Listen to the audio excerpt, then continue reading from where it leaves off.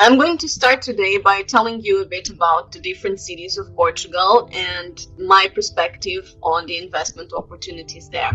I'm going to start with the obvious choice that a lot of people think about, that is Lisbon. So, personally, I do not believe that Lisbon is one of the best investment opportunities at the moment, and I'm going to tell you why. The prices in Lisbon are very, very inflated.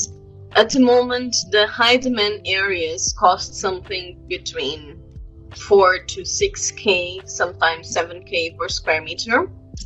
Well, the average wage in Portugal is 750 euros a month. And as you can imagine, people in Portugal cannot afford those prices. And what is happening is the locals are being driven out, and it's fairly unsustainable. However, there is a lot of demand, so the prices are keeping up. They have actually not been going up, but they have not been going down either, because there is so much foreign demand that it sustains them. Well, this is obviously a two-edged knife. So, do I believe that investment in Lisbon is bad? Not really. There can be good investments in the city of Lisbon. It depends on the price and on the location and the number of factors. You need to study it well before you do that investment. I do not think there will be a huge valuing of property. The prices may go up, but it will be much slower because they are already very inflated. And you may not lose money, but you likely won't gain a lot of it either. Of course, there are always the building options and the renovation options, and you can still make money with those. But once again, be very careful where you invest it, and don't let yourself be clouded by the prices on the country you come from, because this is a different country and the prices here are very different, likely, to what you are used to. So, what cities do I believe are better investment options at the moment? I believe that the best investment cities at the moment are the medium-sized cities that are growing, such as Porto is already a big city, but you can still find a lot of good options. Braga is a great investment city. Guimarães is a great investment city. Aveiro, the prices are rising, but they are still not too inflated, and you can still find some good low-priced options on lands and renovations. Coimbra is also a good investment. It's a bit like Aveiro at the moment. There is Évora. There is a number of medium-sized cities that are growing, and the reason I believe these are good investments is, as I said, they are growing, and the prices are not going down, and they are not unsustainable yet, or nothing alike. Then we have the Alentejo and Algarve that are a bit of a different country in a way, because they are so full of tourism that they kind of have two different markets. They have the market for foreigners and the market for locals, because the foreigners have a whole different buying power than the locals. And you can see that very clearly, especially on the coastal cities. And it has been one of the few things that has been growing in the Algarve is real estate. Even now with the pandemic, the Algarve was devastated on it when it comes to economy, because it depended on tourism. Algarve, 90% of it lives off tourism. It's hotels, it's trips, it's tours, boats, and there is no industry there other than that. So it took a very bad hit on COVID. And the thing is, overall in COVID, you didn't see the prices go down in general.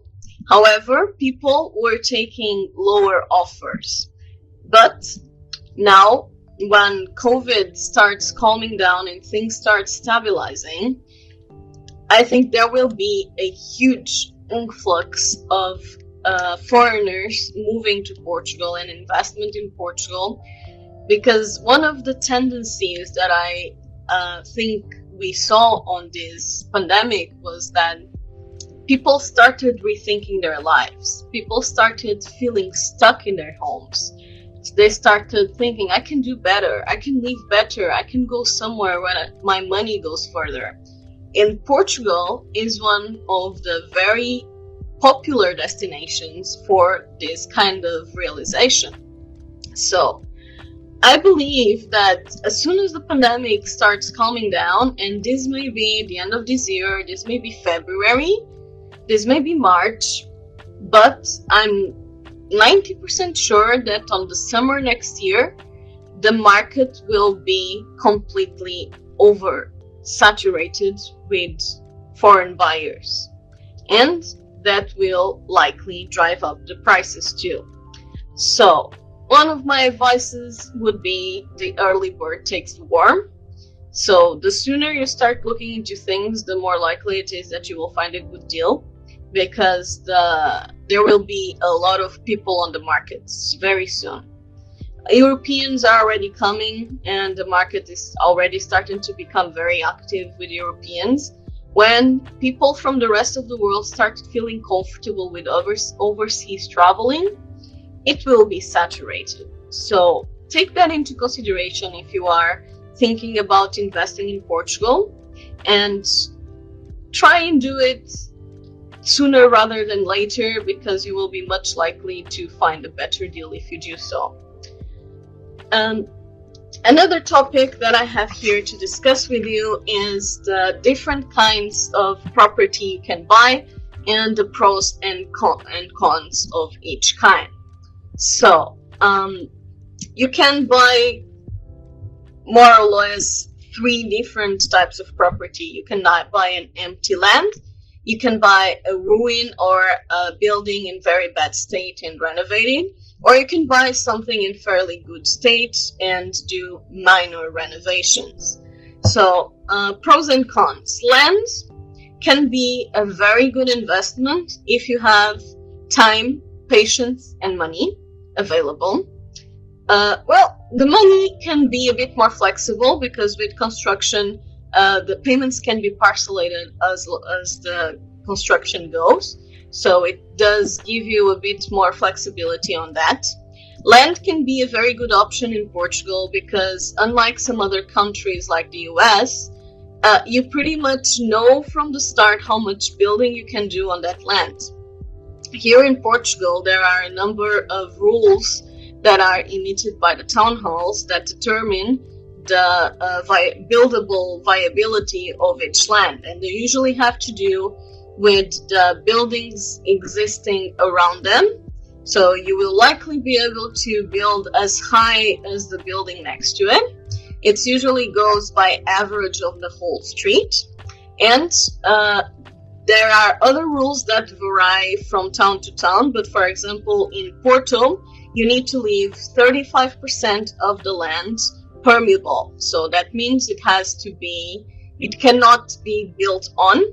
However, the permeable is a bit of a loose term, because they accept if the permeable is cement.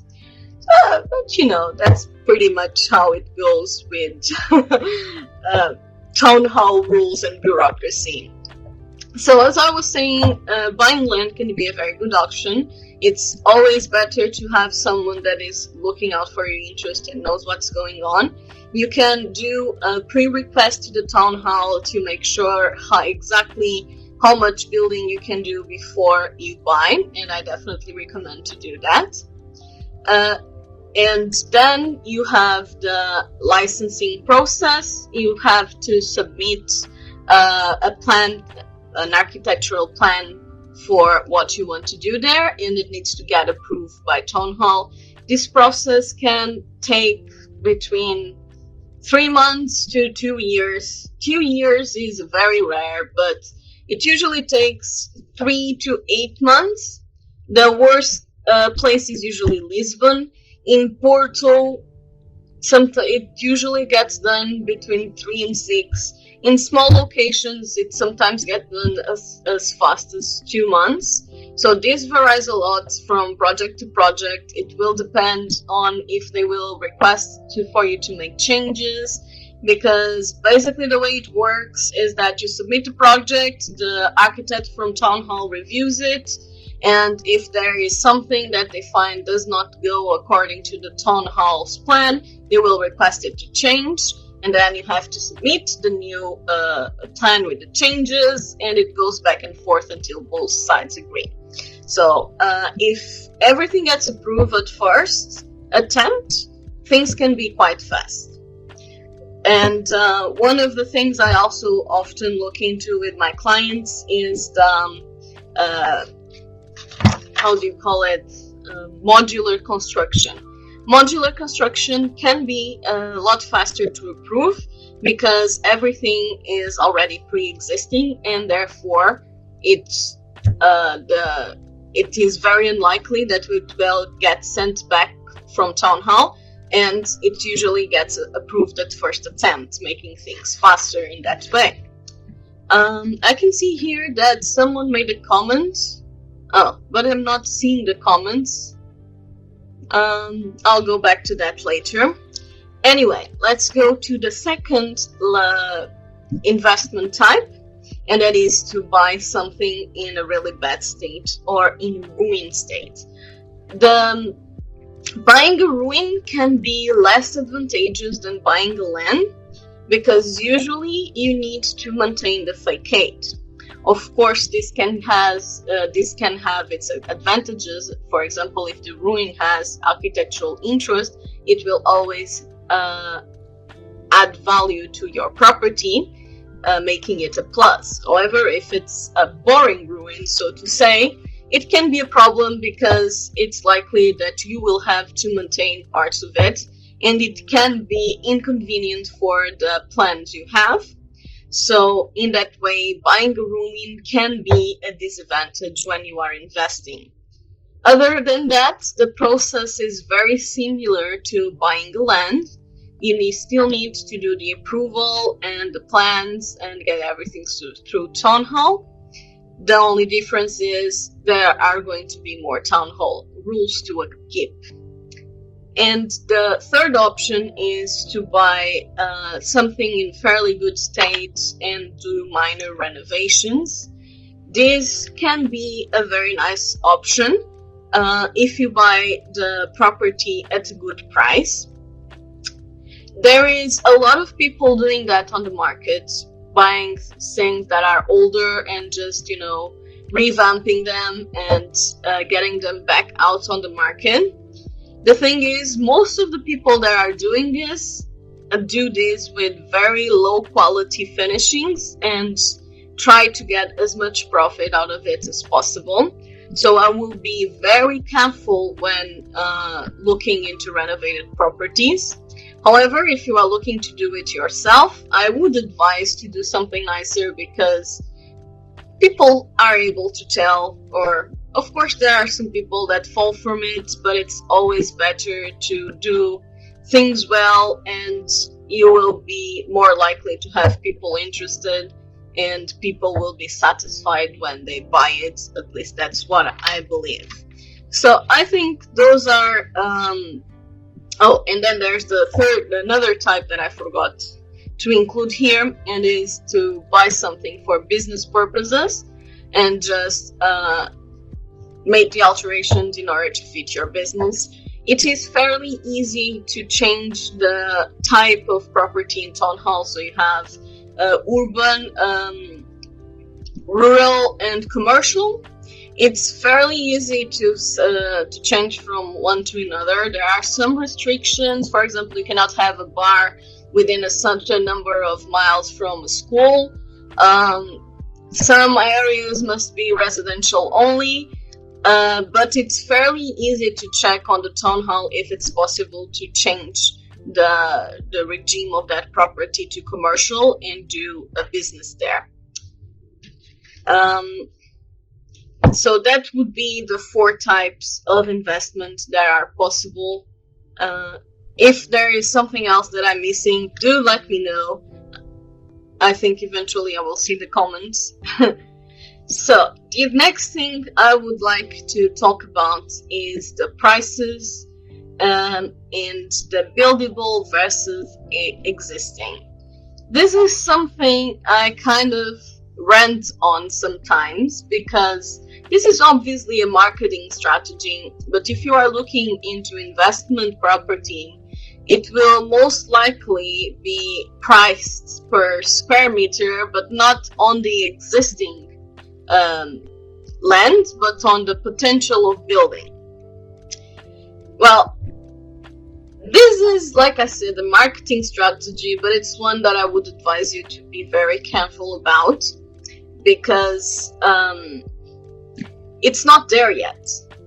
You can build that, but you will have to spend money in order to build that. What it is existing is not what they are advertising. It is possible to do that, but you need to take into consideration the costs that you will have in order to make that happen. So usually what I do with my clients is that I make a chart that has the existing area, the land area, and the buildable area.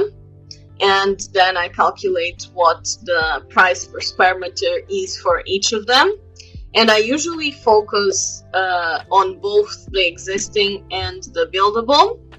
But for it will depend a lot on the city, but talking about Porto, as I'm working with more investors in Porto, I don't advise them to go over 1,000 per square meter unless it's something that it's in really good state already. And so it won't be new construction, it will be basically renovation. But for completely new construction, I actually try to stay under 600 per square meter for the building potential, because ideally I like to keep the costs of building on 2 to 2.5k depending on the type of project it is, and that is already making it so that they will be selling it at 3.5. So I always try to find things as low as possible, and it is still possible on the north. For example, I'm working with a client and I found him something that ends up at 300k per square meter on the land and about 250 for the building potential. So obviously that is a very good deal, but it's a rare one. But you still are able to find these kind of deals in Portugal, in Porto. In Lisbon, I don't believe so, but again, different cities and different potential of selling. I got lost now. So I was talking to you about the costs of building and the cost of buying. So yes, I try to calculate how much it will cost my clients to build the final construction of what they want to buy, whether that's renovations or building. And as I said before, and I cannot stress this enough, the median salary in Portugal is 750k. So for things that are priced at 2k, 1.5k, that are ruined, they are priced for foreigners. They are not priced for locals. And the only reason these prices stick is because people don't know the market here, and the real estate agents often tell that there is no alternative. There isn't a lot of alternative, but there is still some, and I think as an investor you would want to buy for less, so don't go for the first thing that is presented to you, and be very careful analyzing the actual prices on the location. I'm going to give you another example of something I went to see with a client of mine, and it was a fairly small building. It didn't even have a garden. It had 3 floors, I think it had something like 130 square meters per floor, so it was fairly small. They were asking 530K for it. This would come down to about 2K per square meter. With the construction and renovations, it will be at least 3K per square meter. You would have to be selling it at 4K per square meter. It was not in a premium area of Porto. So the agent said, oh, but I sold something for 4 something K per square meter in this area. Sure, she probably did. She sold one to an American that probably didn't know the market, and I do have a lot of American clients. I know how crazy the real estate is there, but please, once again, keep in mind it is very, very different here, and I definitely advise get someone that is actually on your side, because the agents that are selling are usually wanting to sell and wanting to sell as high as possible because they get commission on that. And the Portuguese mentality is, I say this a lot, the expression of throwing clay to the wall to see if it sticks. Yeah, sometimes it sticks and then they try more and more. So what I would say is don't pay that. Don't pay that, and explore more and investigate more. Don't go for something that is overpriced from a local perspective just because it seems normal to your country. It is very different markets, and one of the reasons that the prices are rising so far is because of this. In Porto, you would be able to buy a building like that one I was saying that they were selling for 530K for 60K 10 years ago. You can see how much inflation there is. So yes, get someone that is on your side. Don't settle, and truly investigate the market. And if you are working with real estate agents, ask them for numbers, ask them for market studies. Don't just go on the word. That's what I do with my clients. I show them different options. I show them why that is a good option. I show them the prices, how much something like that is being sold when it's finished, how other options that are on the market, the lower, the higher. And I usually there is a buying price and then there is the price that I recommend. Sometimes the price that I recommend is not something that will the sellers will accept, and that is a fact, and I will usually tell them something like, okay, I wouldn't buy this for more than 300K. However, I don't think the seller would accept an offer that low. I think the lower they would go would be 400K, for example. But yes, as I was saying, be very, very careful where you put your money in, and don't overpay, because it's not good for you and it's not good for the market. Okay, so rant over. Next topic regarding investments, and that is tenants. Tenants can be a very big problem in Portugal because the new contract laws only apply from about 6 years from now. And older contracts, especially contracts that are older than 1990, are very, very hard to terminate, especially when the tenant is over 60 years old. So when you buy something that has a tenant with this kind of characteristics, it will be very hard to get them out. And the main alternative for this is actually demolishing and rebuilding, because if you demolish and rebuild, then the unit will stop existing. So you can terminate the contract, although the person that the tenant will be entitled to an indemnization. That's the word in Portuguese, but probably not in English. But basically, they will be entitled to being paid 24 months of rent. Often these rents are very, very low, so that's not that big of an expense. So, but do take that into consideration, and do remind that probably the process are going to be slow. That's another thing about Portugal. Portugal. Processes here, bureaucracy here is very, very slow. Everything is slow here. Don't be in a hurry. It won't do you good. Everything is slow. So, on to the last topic of today, and that is the purposes of the investment. And can be, there are a number of business models you can use. One of the popular one is renting. For renting, it is actually smarter to keep the property as horizontal as vertical property.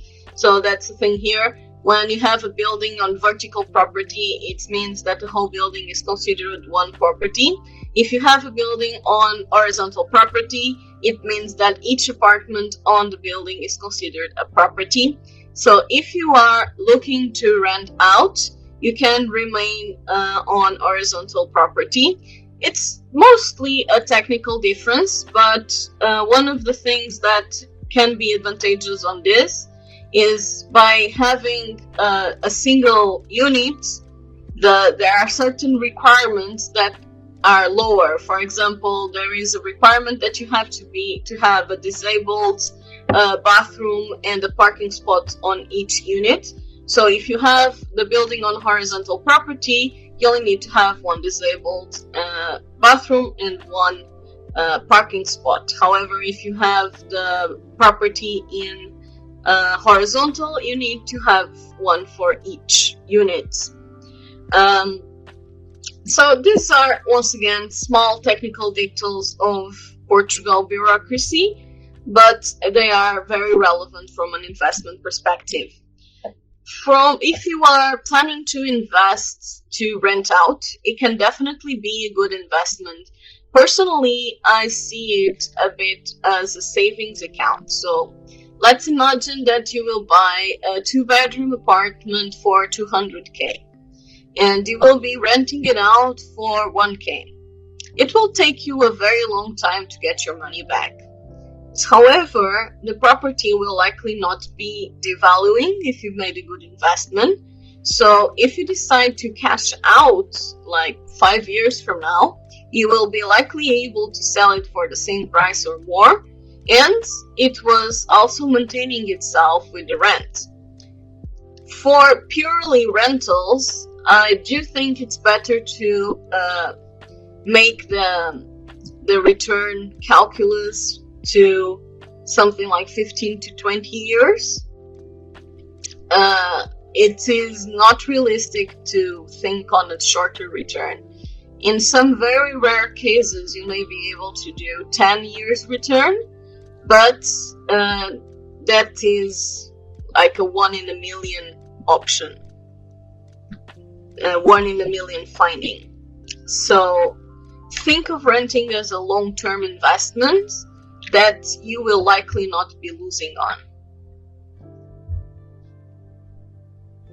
So what's the most underrated city for investment in Portugal? Which cities you expect to give the best profits for investment in the next few years? Talked about this a bit on the beginning of the video. I think there are a lot of cities that are a bit underrated, and I would say that Braga is one of them. Not a lot of people think of Braga, and it's considered to be one of the cities with the best price-quality relation. I do believe that the most underrated investment options are on the north, because it's much less popular. So that's also one of the reasons that most of my savvy investor clients are investing on the north. There are a lot of good opportunities. And for the second question, which cities you expect to give the best profits for investment on the next few years, I think it would be the higher growing cities. So cities that are attracting a lot of people. One of the ones I am closer to and am likely to invest in soon is Aveiro. I will probably be buying an Aveiro until the end of the year for myself. And I think Aveiro is a very good investment because the prices are already going up. However, the city planning they have been doing, I find it to be quite great. And it's very central. It has great transportation. In less than 1 hour, you are in Porto. In about 1 hour, you are in the airport. You have the train. You have buses. You have a big university. You have private hospitals. You have pretty much everything you need there. And it's still a very nice city when it comes to living, for schools, for walking. It has a lot of good green areas, and it's expanding quickly. There is a lot of new construction happening in Aveiro right now, because, as I said, it is attracting a lot of young people and entrepreneurs. It's one of the two young families and entrepreneurs is mostly what it is attracting the most. It is attracting me too because it is a modern city that is growing steadily but keeping a good city planning. Because, for example, I will give you the example of Setúbal. I actually had a very good impression of Setúbal not too long ago. But the last time I've been there, I found that it was growing unfrenetically. So they were just doing construction, approving everything anywhere. And then you would find like new buildings in streets this small with huge decreases, huge inclinations, and just not even space for sidewalks. And that's the kind of city planning that I believe it's bad on the long term. And although Setúbal is probably still attracting a lot of people, especially due to the proximity to Lisbon, it's, in my opinion, becoming an ugly city. And on the other hand, as I was saying, Aveiro is doing the growth in a very planned and structured ways, maintaining the circulation, maintaining green areas, and maintaining everything that you need to have a good quality of life. So there are other cities that are growing in a very good way. For example, Guimarães. Guimarães was recently elected the best healthcare city in Portugal. And it's also a city that is much slower growing because, as I said, it's a bit more interior in its north, so it has less demand. But I do believe it is a good investment opportunity because prices are not going to go down, and they are very low. And of course, the more interior you go, the lower the prices are, especially in the north. But also the harder the accesses are. In Guimarães, it still has quite good accesses. So that is also an important factor. Of course, I always discuss with my clients their own personal lifestyle needs, so I'm able to advise according to that on which city is best. Portugal is not that big, but it still has a wide variety of choices and very different even climates and landscapes, and temperatures are usually pretty mild overall, but there are still very different ecosystems around Portugal. So I always discuss that with my clients when advising which city to invest on. And I got a bit lost here. I was talking about the investment types, and I was talking about renting, and now the next one is selling.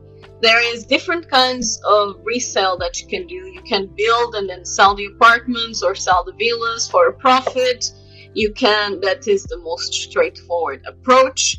You can you can buy a ruin and get the project approved for it and then resell for a profit. This can be a very profitable business, or at least people really, I think people are making a lot of money with this because they then sell for the construction potential and not the existing construction, and that's that loophole that I was telling you about earlier. So be careful with that.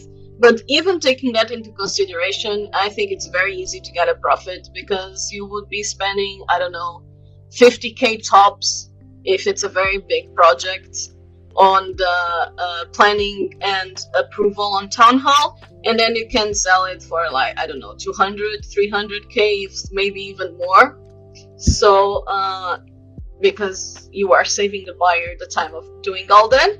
However, it is also does have the downside of, if you buy something that is already approved, you cannot make major changes. You can do some small changes, but you will be limited to what's already approved. So that's another business model for investment. And another business model is simply to buy something at a low price and just wait 1 or 2 years and resell as the market goes up, and rent in the meantime if it's rentable, or just leave it there. It's I'm not remembering any other option right now other than the normal business options. And let me just check something.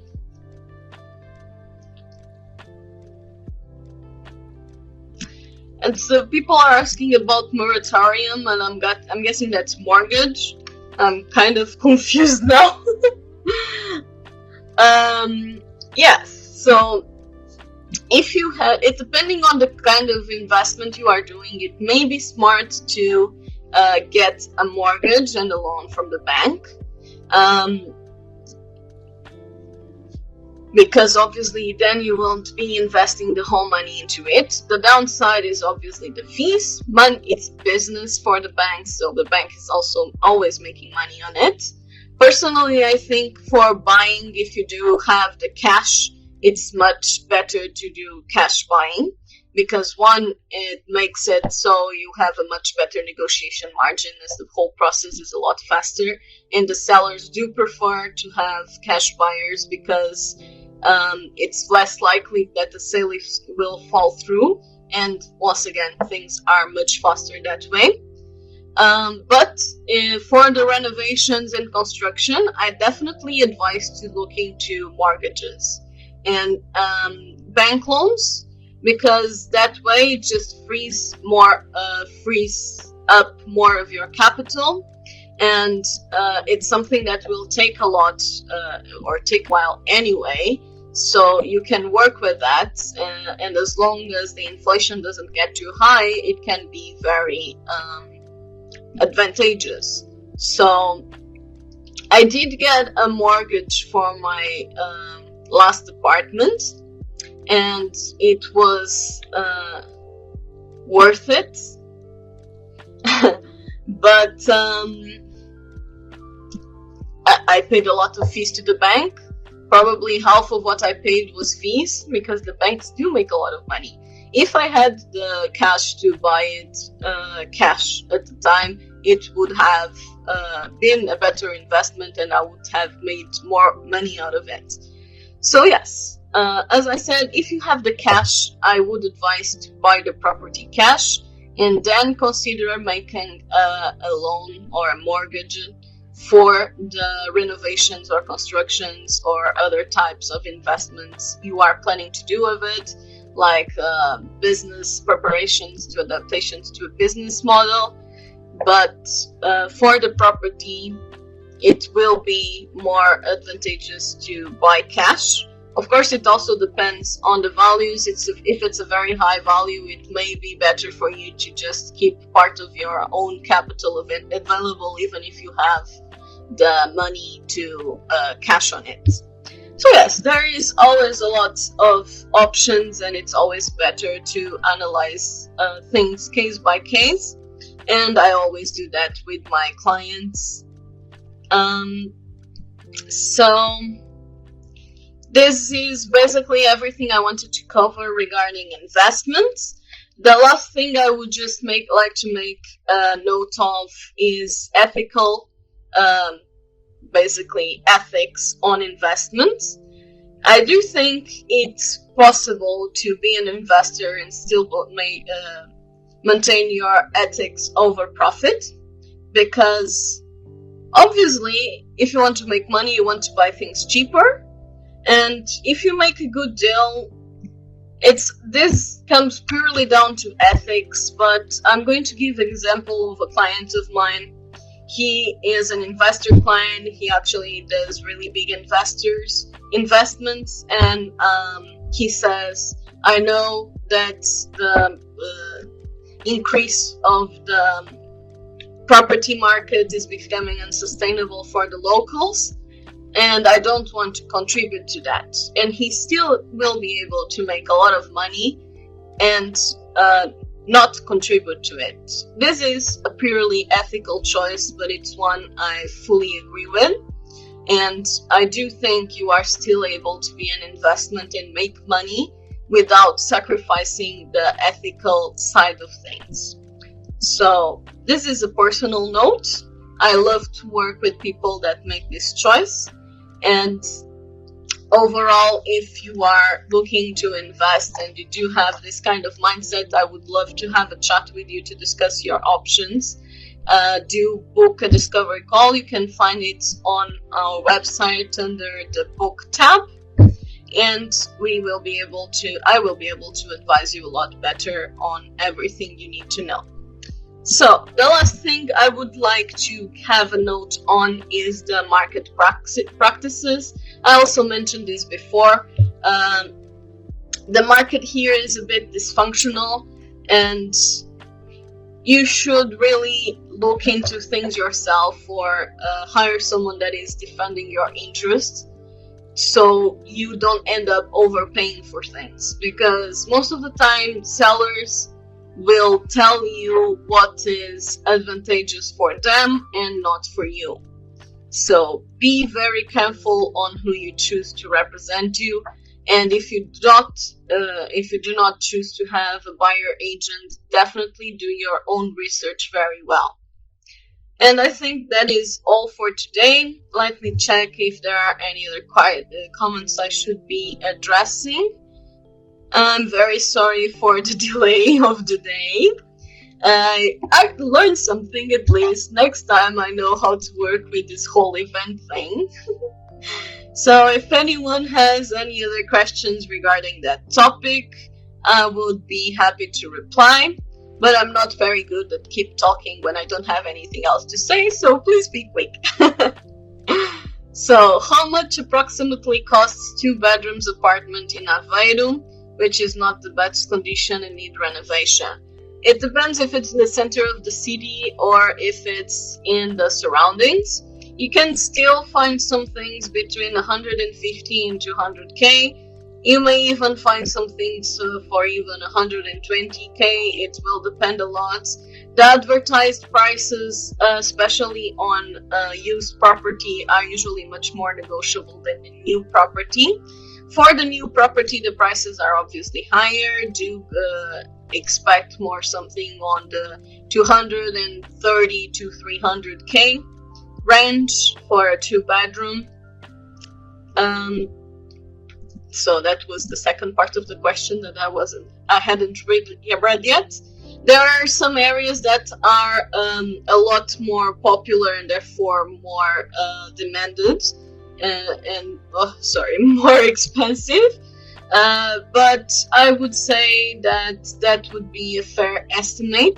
Anyway, as you know, all my lives go to the video tab of Savvy Cat Realty Facebook page, and everyone is able to check on them later on. You are free to leave comments when you are watching it offline on replay. And if you are watching it on replay, I would love if you would let us know. We will come back to you and reply anyway. And I hope this was helpful, and I hope to How much is rent for a two-bed in Aveiro?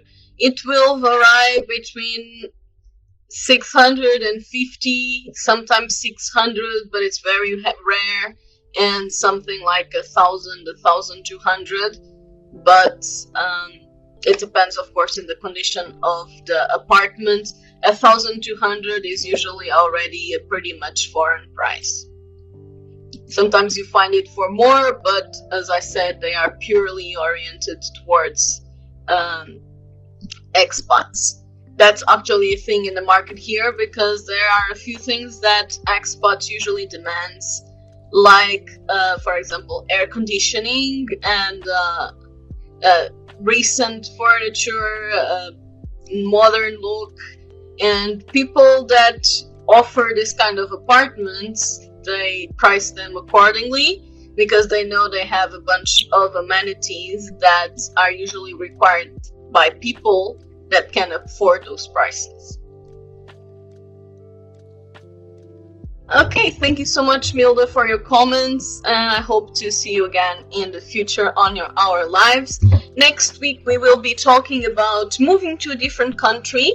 I will be live with one of my agents, Diana, that has moved to Australia and back to Portugal, so we will be discussing her experience and what were the hard things that she went through, the bureaucracies, how she find dealing with all of that, and hopefully we will all get some insight from it and do some comparison with Portugal, since she already came from here. So, thank you everyone for watching, and I hope to see you again next week. Have a great weekend.